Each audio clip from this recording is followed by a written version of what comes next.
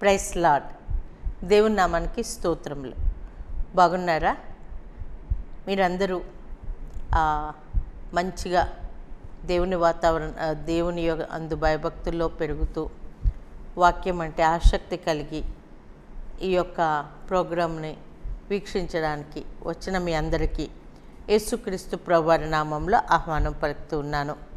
ఈ దినాన మరి యోనా పుస్తకములో నుండి పరిశుద్ధ గ్రంథమైన బైబిల్లో యోనా అనే చిన్న ప్రవక్తల గ్రంథం నుండి మనము 1వ అధ్యాయము మరి మొదటి 3 వచనాలు చదువుకొని యోనా అనే చిన్న పుస్తకములో దేవుడు మన కొరకు రాయించిన విషయాలు కొన్ని చూద్దాం. యోనా 1వ అధ్యాయము మొదటి 3 వచనాలు. యెహోవా వాక్కు అమిత్తయి కుమారుడైన యోనాకు ప్రత్యక్షమై ఇలాగు సెలవిచ్చెను. నినివే పట్టణస్థుల దోషము నా దృష్టికి ఘోరమాయను గనుక నీవు లేచి నినివే మహాపట్నమునకు పోయి దానికి దుర్గతి కలుగునని ప్రకటించుము. అయితే యెహోవా సన్నిధిలో నుండి తర్షీషు పట్టణమునకు పారిపోవలనని యోనా యొప్పేకు పోయి తర్షీషునకు పోవు ఒక ఓడను చూచి ప్రయాణమునకు కేవు ఇచ్చి యెహోవా సన్నిధిలో నిలువక ఓడవారితో కూడి తర్షీషునకు పోవుటకు ఓడ ఎక్కెను. యోనా అనే పేరుకి అర్థము పావురము. అతను అమిత్తయి కుమారుడు, చిన్న ప్రవర్తనలో ఒక అతని కాలం ఏంటంటే 2వ రాజులు 14వ అధ్యాయము 23 నుండి 21 నుండి 23 వరకు వచనాలు చూస్తే 23వ వచనం నుండి చూస్తే అక్కడ యెరోబాము 2 కాలంలో ఆ రాజు పరిపాలిస్తున్న కాలంలో ఉన్న యోనా చిన్న ప్రవక్తగా ఉన్నాడు. మరి యోనా దేవుని యందు భయభక్తులు కలిగి దేవుడు సెలవిచ్చే మాటలు ప్రజలకు తెలియచేయడమే తన యొక్క విధి. మరి ఆ కాలంలో అంటే 2వ రాజుల్లో ఉన్న వాక్యం ప్రకారంగా 14వ అధ్యాయం 23, 24, 25 వచనాలలో మనము చూసినట్లయితే దేవుడు అతని ద్వారా మరి ఇశ్రాయేలు దేశం యొక్క సరిహద్దును మరలా స్వాధీనపరుచుకుంటారు అని దేవుడు మాట్లాడిన మాటకు ఫలించి మరి శత్రువులు ఎంతో మరి పవర్ఫుల్గా ఉన్నప్పటికీ కూడా మరి వాళ్ళు స్వాధీనపరుచుకున్న ప్రాంతాలన్నీ కూడా తిరిగి మళ్ళీ స్వాధీనపరుచుకుంటారు యోనా చెప్పిన మాట ప్రకారంగా. యోనా అందుకే చాలా ప్రసిద్ధిగాంచుతాడు. అయితే దేవుడు యోనాకు ప్రత్యక్షమై యోనాతో మాట్లాడుతూ ఉన్నాడు. ఇది ప్రత్యేకమైన పిలుపు. ఏమని చెప్తా ఉన్నారంటే, ఇదిగో నినివే పట్టణంలో చాలా వారి పాపము బహుఘోరంగా ఉంది, వారికి దుర్గతి కలుగుతుందని నీవు వారి దగ్గరికి వెళ్ళి ప్రకటించు అని చెప్పి మరి యోనాకి మాట్లాడతారు దేవుడు. మరి యోనాతో మాట్లాడినప్పుడు యోనా మరి ఆలకిస్తాడు, కానీ అతని రెస్పాన్స్ వేరుగా ఉంది. అతను 3వ వచనంలో మనము చూస్తే అతను దేవుని సన్నిధిలో నుండి పారిపోయి నినివేకి వెళ్ళమంటే వెళ్లకుండా తర్షీషునకు పోయే వాడును ఎక్కుతాడు. ఎక్కి తర్షీషు వైపునకు అంటే ఆపోజిట్ డైరెక్షన్లో ప్రయాణం చేస్తూ ఉంటాడు. మరి ఎందుకు నినివే పట్టణం నాకు వెళ్ళమంటే దేవుడు వెళ్ళకుండా మరి దేవుని సన్నిధిలో నుండి పారిపోతున్నాడు అని ఆలోచన చేసినట్లయితే మొదటగా అసలు నినివే పట్టణం గురించి మనం ఆలోచన చేయాలి. అషూరు దేశమునకు రాజధాని, క్యాపిటల్ సిటీ ఈ యొక్క నినివే పట్టణం. ఈ నినివే పట్టణం చాలా మహాపట్టణం, చాలా వాణిజ్యం చాలా ఎక్కువ ఉంటుంది, చాలా మిలిటరీ ఫోర్స్ కలిగిన పట్టణం. అయితే ఈ అషూరియులు ఇశ్రాయేల్ మీదకి యుద్ధానికి వెళ్ళి వాళ్ళకి దొరికిన ఇశ్రాయేలీలను మరి బందీగా తీసుకుని వచ్చేసి వాళ్ళని చాలా హింస పెడుతూ ఉంటారు. వాళ్ళ హతమారుస్తారు, కానీ మరి చంపేటప్పుడు చాలా మరి క్రూరత్వముగా హింస గావించి వారిని మరి చంపేస్తూ ఉంటారు. నినివేలో ఉన్న వారందరూ కూడా మ్యాక్సిమము ఎక్కువ మిలిటరీ ఫోర్సే ఉన్నది. అటువంటి నినివే పట్టణానికి వెళ్ళి యోనాకి, ఇదిగో మీ పాపం చాలా ఘోరంగా ఉంది, మీకు దేవుడు పనిష్మెంట్ ఇవ్వబోతా ఉన్నాడు అని చెప్పాలి అని అంటే ఎంత ధైర్యం కావాలి. ఒకటి. రెండవ పాయింట్ ఏంటంటే, ఈ నినివే ప్రజలు అంటే అషూరు మిలిటరీ ఫోర్సు ఇశ్రాయేలీయుల మీదకి అస్తమానం యుద్ధానికి వచ్చి అస్తమానం దొరికిన వారిని బందీలుగా తీసుకెళ్ళిపోయి వారిని ఎంతో హింస పెట్టి చంపేస్తూ ఉన్నారు. మరి నహూము 3వ అధ్యాయము మొదటి 7 వచనాలలో మనము చూస్తే ఏ రీతిగా ఇశ్రాయేలు ప్రజల్ని బందీగా తీసుకెళ్ళి వాళ్ళని చంపేస్తూ ఉన్నారో అక్కడ తెలుస్తుంది. అక్కడ ఉన్న మాట ప్రకారంగా, వాక్య ప్రకారంగా మనము చూస్తే శవాలు గుట్టలుగా పడున్నాయని, వారి తలలన్నీ ఒక కుప్పగా ఒక పిరమిడ్ షేప్లో వేశారని, అలాగే మరి ఇంకా చాలా విషయాలు ఉంటాయి. వాళ్ళ కత్తులు తలతలలాడుతూ ఉన్నాయని, అంటే వాళ్ళని చాలా హింసాత్మకంగా చంపేస్తూ ఉంటారు. మరి ఒక కామెంటరీ అయితే ఏమని అంటారంటే, బైబిల్ వాక్యానికులు మరి వారిని బతుకుండంగానే చెట్టుకి వేలాడదీసి వాళ్ళు చచ్చిపోయేంత వరకు ఆ చెట్టు మీదే ఉంచేసేవారట. మరి కొంతమందిని ఆ చర్మం ఒలిచి మరి చీమలు ఉండే చోటున, క్రిమి కీటకాలు ఉండే చోటున వాళ్ళని వేసేసేవారట. వాళ్ళు చాలా హాహాకారాలు చేస్తూ బాధను అనుభవిస్తూ చనిపోతూ ఉంటే అది వాళ్ళకి ఎంతో సంతోషం పడేవారు. అటువంటి క్రూరత్వం కలిగిన ఈ నినివే ప్రజలు, అషూరీయులు మరి ఎలాగన్నా దేవుడు వీరికి తీర్పు తీర్చరా? దేవుని ప్రజలైన ఇశ్రాయేలీయుల్ని ఇంతగా హింస పెడుతూ ఉన్నారే వీళ్ళు, మరి దేవుడు వీడికి ఎటువంటి పనిష్మెంట్ ఇస్తారు అని చూడాలి. దేవుడు తీర్పు తీర్చడా? తన బిడ్డల్ని, తన ప్రజలైన ఇశ్రాయేలీయుల్ని ఎంతగా హింసిస్తూ ఉన్నారంటే దేవుడు వాళ్ళని ఊరికనే వదిలేస్తారా అని చెప్పి అందరూ కూడా మరి వారి గురించి ఆలోచన చేస్తూ ఉన్న సమయంలో దేవుడు వారికి గొప్ప మరి విపత్తు, దుర్గతి కలగబోతుందని ప్రకటించమని చెప్తారు యోనాతో. యోనాకి దేవుడు ప్రకటించమన్నారు అని అంటే, వాళ్ళు ఒకవేళ పశ్చాత్తాపంతో దేవుని తట్టు తిరిగి క్షమాపణ అడిగితే దేవుడు చాలా కరుణ కలిగిన దేవుడు, మరి లోకాన్నంతటినీ ప్రేమించిన దేవుడు, మరి శత్రువులను సహా ప్రేమించే దేవుడు, శత్రువులుగా అంటే వ్యతిరేక పరిస్థితిలో ఉన్న వారిని కూడా క్షమించే దేవుడు. ఖచ్చితంగా వాళ్ళు పశ్చాత్తాపపడి దేవుణ్ణి వారి శరణు వేడితే వెంటనే దేవుడు తన కరుణ చొప్పున, దయ చొప్పున వారిని క్షమించేస్తాడు, వారికి శిక్ష పడకుండా అయిపోతుంది. అలా కాదు, వాళ్ళు ఇంత హింసాత్మకంగా మన ప్రజల్ని చంపాడు కాబట్టి వాళ్ళ మీదకి దేవుని ఉగ్రత రావాలి, వాళ్ళు మరి శిక్షించబడాలి, దేవుని తీర్పులోనికి వాళ్ళు రావాలి అని యోనా వారి దగ్గరికి వెళ్లకుండా దూరంగా పారిపోతూ ఉన్నాడు దేవుని సన్నిధిలో నుండి. మరి తర్షీషునకు వెళ్ళే ఓడ ఎక్కినప్పుడు ఏం జరిగిందంటే చక్కగా ప్రయాణం కొనసాగుతూ ఉంది. సముద్రములో మంచి ఆహ్లాదకరమైన వాతావరణం, అంత మంచి వాతావరణంలో ఎంతో సాఫీగా ప్రయాణం జరుగుతూ ఉంటే సడన్గా తుఫాను మొదలైంది. సడన్గా అలలు పెరిగిపోయినాయి. అలలు ఆ ఓడ మీద ఎగిసి పడతా ఉన్నాయి. ఓడ ఏ టైంలో నన్ను మునిగిపోతుందేమోనని వస్తువులన్నీ కూడా సముద్రంలో పడవేసి ఓడను చేయడానికి ప్రయత్నం చేస్తూ ఉన్నాడు.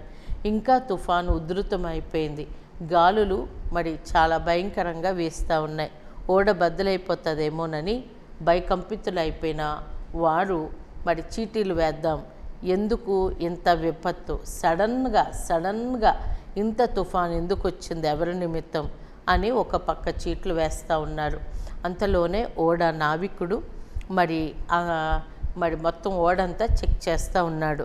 చెక్ చేస్తూ ఉంటే యోనా మరి ఓడ అడుగు భాగంలోకి వెళ్ళి నిద్రపోతూ ఉంటాడు. మరి దేవుని సన్నిధిలోనికి నుండి పారిపోయాను, మరి దేవుడు నినివే ప్రజల దగ్గరికి వెళ్ళమన్నాడు, కానీ వాళ్ళకి పనిష్మెంటే తగినది అని చెప్పి వారికి శిక్ష పడాలి అనే ఆలోచనతో నేను మంచే చేశాను, నేను కరెక్టే చేశాను అనుకుంటూ చక్కగా పడుకుని ఉంటాడు. అయితే ఆ నావికుడు చాలా ఆశ్చర్యపోతాడు. ఓయి నిద్రపోతా, నీకేమి వచ్చినది? ఇంత మరి తుఫానులో అందరం చిక్కుకొని ఎవరు దేవుడికి వాళ్ళు ప్రార్థన చేస్తూ ఉంటే నువ్వు ఎలాగ ఇంతలాగా నిద్రపోతూ ఉన్నావు అని చెప్పి అడుగుతూ ఉంటే, మరి ఇంతలోనే ఆ చీట్లు వేసేవాడు చీటు వేశారు. యోనా పేరట చీటి వచ్చింది. ఇంకా వారందరూ కూడా యోనాను కూర్చోబెట్టి, అసలు నువ్వెవరువు, ఎక్కడి నుంచి వచ్చావు, ఎక్కడికి వెళ్తున్నావు, నీ వ్యాపారం ఏంటి, అసలు నీ వలన మాకెంత కీడు జరగడం ఏంటి అని చెప్పి అడిగినప్పుడు యోనా మరి మాట్లాడుతూ ఉన్నారు. చూడండి ఆ వచనం, 9వ వచనం. అందుకు అతడు వారితో ఇట్లనెను, నేను హెబ్రీయుడను, సముద్రమునకును భూమికిని సృష్టికర్తయ్యై ఆకాశమందుండు దేవుడైన యెహోవా యందు నేను భయభక్తులు కలవాడనై ఉన్నాను. తాను యెహోవా సన్నిధిలో నుండి పారిపోచున్నట్లు అతడు ఆ మనుషులకు తెలియచేసి ఉండను గనుక వారు ఆ సంగతి తెలుసుకొని మరింత భయపడి నీవు చేసిన పని ఏమిటని అతనిని అడిగిరి. యోనా చాలా మరి యథార్థముగా ఒప్పుకుంటా ఉన్నాడు. నేను హెబ్రీయుడను, ఇదిగో ఈ భూమికి ఈ సముద్రానికి దేవుడైన సర్వశక్తి కలిగిన దేవుడైన యెహోవా సన్నిధిలో నుండి నేను పారిపోతున్నాను, ఆయన చెప్పిన మాట వినకుండా మరి నేను పారిపోతున్నానని చెప్పినప్పుడు వాళ్ళు చాలా భయపడిపోతారు. మరి ఎందుకు ఇలాగ చేశావు, నువ్వు ఇంత పని చేయడం వల్లనే కదా, ఎంత నువ్వు సర్వశక్తి కలిగిన దేవుని సన్నిధిలో నుండి ఎలా పారిపోగలుగుతావు అని చెప్పి వాళ్ళు అడిగినప్పుడు మరి వాళ్ళకి ఏం చేయాలో అర్థం కాదు. మరి సముద్రం పొంగుతూ ఉంది, తుఫాను అధికమవుతూ ఉంది, పరిస్థితి బాగోలేదు. అప్పుడు యోనా ఏమంటాడంటే, నన్ను బట్టే కదా ఇంత కీడు వచ్చింది, సరే నన్ను ఎత్తి సముద్రంలో పడేయండి అంటాడు. అలాగన్నప్పుడు మరి వారికి మనసు మరి ఒప్పుకోదు. ఎందుకంటే ఒక పక్కేమో సర్వశక్తుడైన దేవుడు ఆల్రెడీ ఆయన ఉగ్రత చూపిస్తూ ఉన్నాడు, ఆయన కోపాన్ని చూపిస్తూ ఉన్నాడు. ఎప్పుడూ ఇంతలాగా సముద్రం పొంగలేదు, ఎప్పుడు ఇంతలాగా మరి ఓడ మునిగిపోతుందేమో అన్న భయంకరమైన పరిస్థితి ఎప్పుడు రాలేదు. మరి ఇప్పుడు ఇంత పరిస్థితి వచ్చిందంటే మరి యోనా ఏమో నన్ను ఎత్తి సముద్రంలో పడేయండి అని అంటున్నారు. మనకి అమ్మో ఈ దేవుడు చాలా గొప్ప దేవుడు, చాలా పవర్ఫుల్ దేవుడు అని వాళ్ళ భయంతో అక్కడ నుండి వెళ్ళిపోయి ఓడను తేలి చేయడానికి ఇంకా ప్రయత్నాలు చేస్తూ ఉంటారు.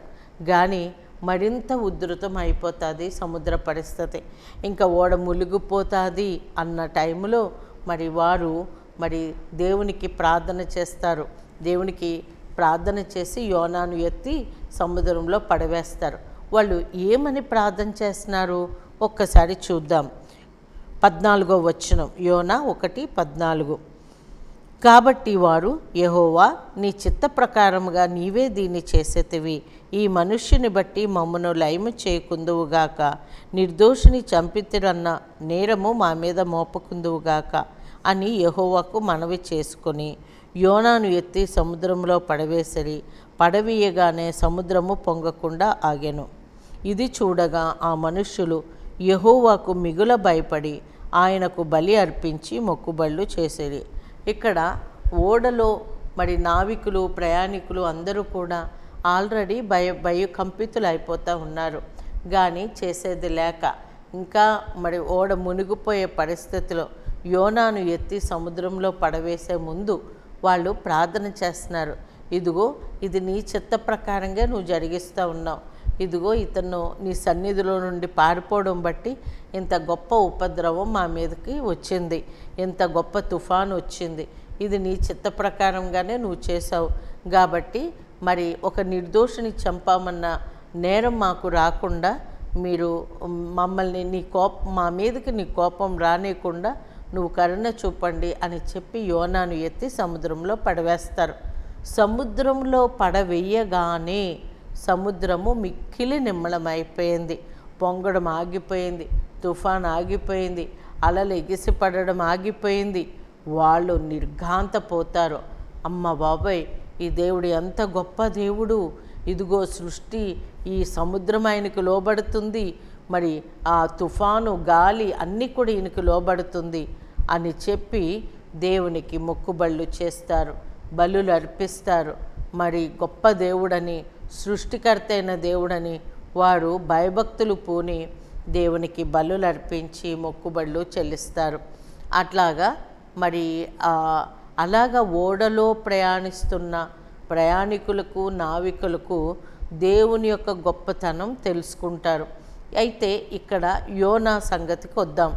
యోనా ఏమనుకుంటాడంటే, సరే దేవుడు నినువేకి వెళ్ళమన్నాడు, తర్షీషుకు పారిపోతున్నాను, ఇప్పుడేమో ఈ సముద్రం పొంగుతూ ఉంది, నన్ను తీసి సముద్రంలో పారేయమంటే ఇంకా ఇక్కడితో నా చాప్టర్ అయిపోయింది, నా చాప్టర్ క్లోజ్ అయిపోయింది. కాబట్టి ఇంకా నాకు నినువేకి వెళ్ళి ఈ ప్రకటించే బాధ్యత నుండి నేను తప్పించుకోవచ్చు, ఇంకా నా చాప్టర్ క్లోజ్ అయిపోతుంది అని అనుకున్నాడు యోనా. కానీ అక్కడ దేవుడు ఒక పెద్ద మత్స్యమును, చేపను అక్కడ ఉంచారు.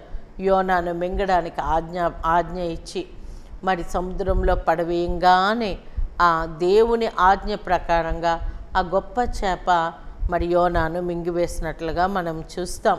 మరి ఇక్కడ 3 దినాలు ఆ మత్స్యం కడుపులోనే యోనా ఉన్నాడు. మరి 2వ అధ్యాయములో మనము చూస్తే యోనా చేప కడుపులో నుండి ప్రార్థన చేస్తూ ఉన్నాడు. ఎటువంటి ప్రార్థన చేస్తున్నాడంటే, నేను చాలా భయంకరమైన పరిస్థితిలో ఉన్నాను. ఎలాంటి పరిస్థితిలో ఉన్నాను? గొప్ప ఉపద్రవంలో ఉన్నాను. నేను ప్రార్థన చేస్తూ ఉంటే దేవుడు నా ప్రార్థన ఆలకిస్తూ ఉన్నాడు. ఈ పాతాళ గర్భంలో నుండి నేను కేకలు వేస్తున్నాను, నా ప్రార్థన దేవుడు అంగీకరించాడు. అంతేకాదు, అగాధమైన సముద్ర గర్భంలో నన్ను పడవేసి ఉన్నావు, ప్రవాహ జలములు నన్ను చుట్టుకొని ఉన్నవి, నీ తరంగములన్నీ కూడా నన్ను కప్పి ఉన్నాయి, నీ సన్నిధిలో నుండి నేను వెలివేయబడ్డాను, నీ పరిశుద్ధాలయము తట్టు మరలా చూచెదను అనుకుంటున్నాను.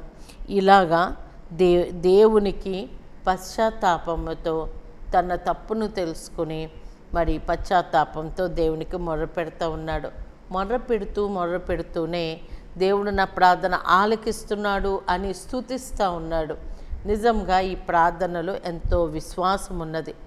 యోనా దేవుని గుణగణాలు తెలిసిన ప్రవక్త. దేవుడు యొక్క శక్తి తెలుసు, దేవుని యొక్క కృప తెలుసు, దేవుని యొక్క జాలి తెలుసు, దేవుడు ఏదైనా చేయగలడు అని యోనాకి బాగా తెలుసు.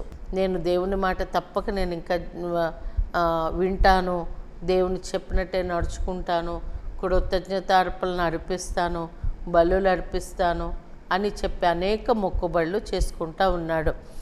మరి చూడండి 8వ వచనం కూడా 9వ వచనం, కృతజ్ఞతాస్తుతులు చెల్లించి నేను నీకు బలులు అర్పింతును, నేను మొక్కుకున్న మొక్కుబళ్లను చెల్లింపక మానను, యెహోవా యొద్దనే రక్షణ దొరుకును అని ప్రార్థించిన. అంతలో యెహోవా మత్స్యమునకు ఆజ్ఞ అయ్యగా అది యోనాను నేల మీద కక్కివేశను. చూడండి, దేవుడి ఆజ్ఞను ఒక గొప్ప చేప వింటా ఉన్నది. ఆ చేప దేవుడు యోనాను మింగమన్నప్పుడు యోనాను మింగడానికి ఆ యొక్క ఓడ దగ్గరే అది ఉన్నది.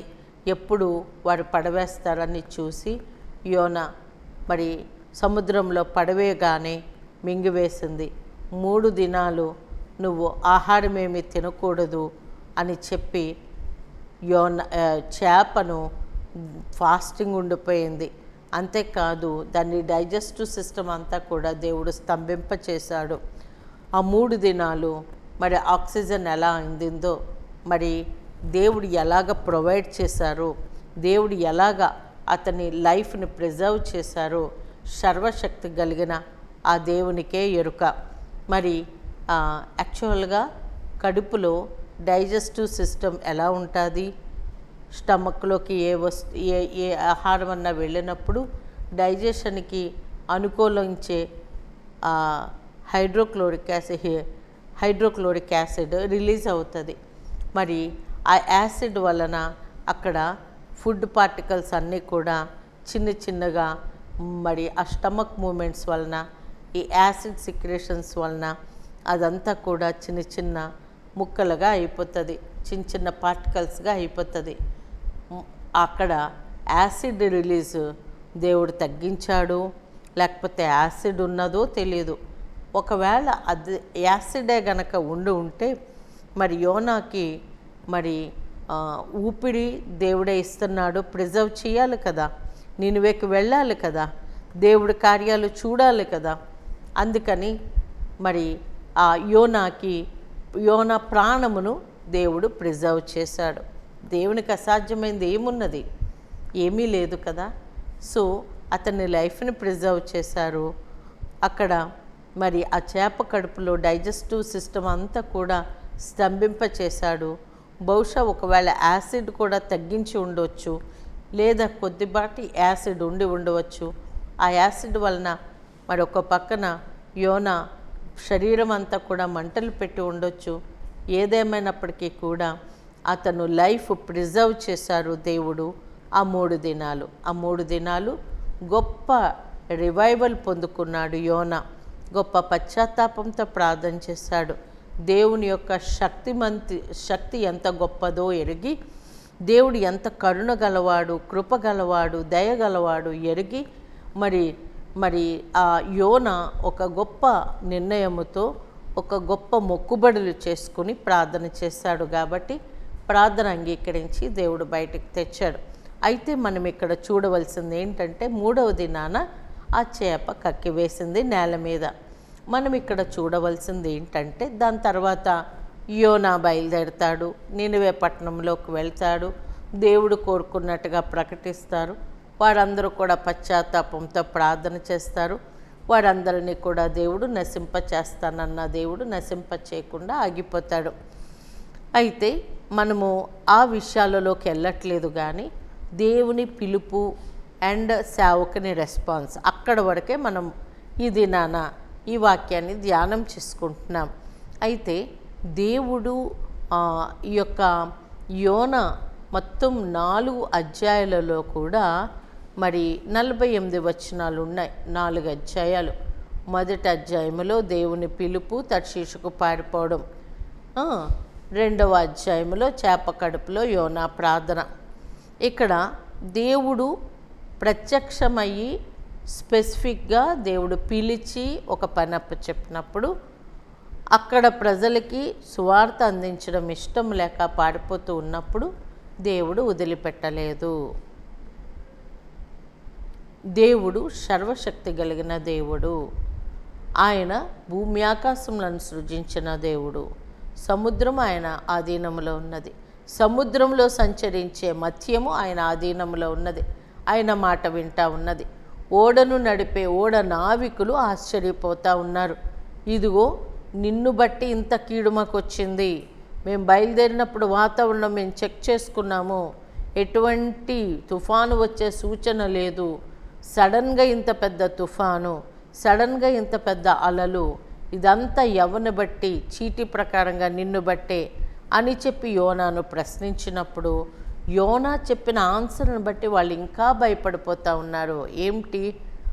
భూమి ఆకాశములను సృజించిన దేవుడా, ఆ దేవుడు చెప్తే మాటను నువ్వు పారిపోతున్నావా వినకుండా అని చెప్పి వాళ్ళు భయపడిపోతారు. ఇదిగో నన్ను బట్టే ఇంత కీడు వచ్చింది, నన్ను సముద్రంలో పడేయండి అంటే వాళ్ళు పడేయడానికి ఎంతో భయపడతారు, ఎంతగానో ప్రార్థన చేస్తారు. ప్రభా, మరి మా మీదకి ఈ కీడు రానివ్వద్దు, మేము లైవ్ కాకుండా మమ్మల్ని కాపాడు, మమ్మల్ని నిర్దోషిగా ఎంచు, ఇది నీ చిత్త ప్రకారం నువ్వు చేసావని నమ్ముతున్నామని యోనాను తీసుకెళ్ళి పడేశారు. పడేయంగానే సముద్రం నిమ్మళమైపోయేటప్పటికి ఇంకా భయం ఎక్కువైపోయింది. వాళ్ళు దేవుణ్ణి నమ్మారు, వాళ్ళు దేవునికి బలులు అర్పించారు, వాళ్ళు దేవునికి ప్రార్థన చేశారు. ఇక్కడ మనం చూడాల్సింది ఏంటంటే దేవుడు నినివే ప్రజల మీద కనికరం చూపించారు. నినివే ప్రజలు యాక్చువల్గా దేవుని బిడ్డలైన ఇశ్రాయేలు ప్రజల్ని హింసించిన వారు. అలాగ హింసించి దుర్మార్గంగా క్రూరత్వముగా ప్రవర్తించిన ఆ నినివే ప్రజల్ని కూడా దేవుడు రక్షించాలని ప్రణాళిక వేశారు. దేవుడు సమస్త జనులకు ఆయనే దేవుడు, ఆయన అందరికీ ప్రభువు. దేవుడు లోకంని ఎంతో ప్రేమించాడు అని అంటే తనను నమ్మిన వారిని మాత్రమే కాదు, తనను నమ్మని వారి ఎడల కూడా కృప చూపించే దేవుడు. తన బిడ్డలకి వ్యతిరేకంగా ప్రవర్తించే వారిని కూడా దేవుడు క్షమించి వారి ఎడల కృప చూపించే దేవుడు. తన బిడ్డలకు, తన సేవకులకు హింసించే వారిని కూడా వారు కూడా నశించిపోకూడదని వారి ఎడల కనికరము, కృప చూపించే దేవుడు ఈ గొప్ప దేవుడు, ఈ గొప్ప దేవుడు. హల్లెలూయా. అయితే అక్కడ మనము చూడాల్సింది ఏంటంటే, యోనా అయితే దేవుని ప్రజల్ని హింసించిన వీళ్ళు దేవుడి కృపకు పాత్రలు కాదు అనుకుంటున్నారు. కానీ దేవుడు తన సేవకుని పంపించి దుర్గతి కలుగుతుందని ప్రకటించినప్పుడు వారందరూ కూడా పశ్చాత్తాపంతో గోనెపట్ట కట్టుకొని ఉపవాసం ఉండి ప్రార్థన చేసినప్పుడు దేవుడు క్షమించారు, వారందరికీ నశింప చేయకుండా ఆగిపోయారు.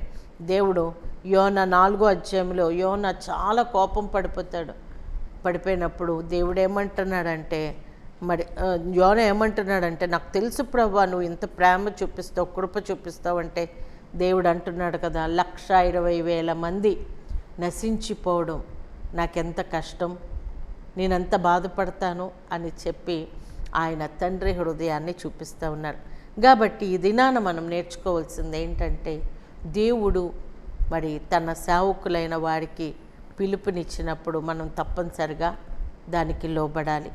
ఒకవేళ దేవుని పిలుపు నుండి దూరం వెళ్ళిపోయినా కూడా ఆయన పిలకు పట్టుకుని తీసుకొచ్చి ఆయన పనిని ఆయన చేయించుకుంటారు. అంతేకాదు ఇంకొక విషయం, దేవుని ప్రజల్ని హింస పెట్టే వారిని సహితము దేవుడు ప్రేమ చూపిస్తూ ఉన్నాడు. క్రైస్తవులకు వ్యతిరేకంగా ఎవరు హింస చేస్తూ ఉన్నా, దుర్మార్గంగా ప్రవర్తిస్తున్నా, వారిని చంపేస్తున్నా కూడా వారి పట్ల కూడా దేవుడు ప్రేమ కలిగి, కృప కలిగి, దయ కలిగి ఉన్నారు. వారు కూడా రక్షణ పొందాలని దేవుడు ఎదురు చూస్తూ ఉన్నాడు. ఈ దినాన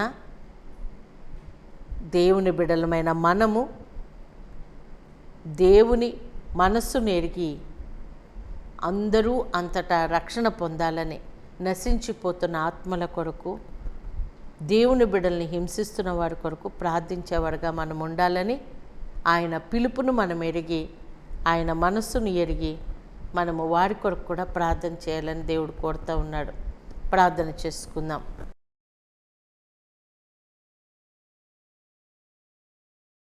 యోనాను నువ్వు పిలిచి నినివే ప్రజలకి సువార్త చెప్పమన్నప్పుడు అతను వెనుకాడాడు, పారిపోయాడు.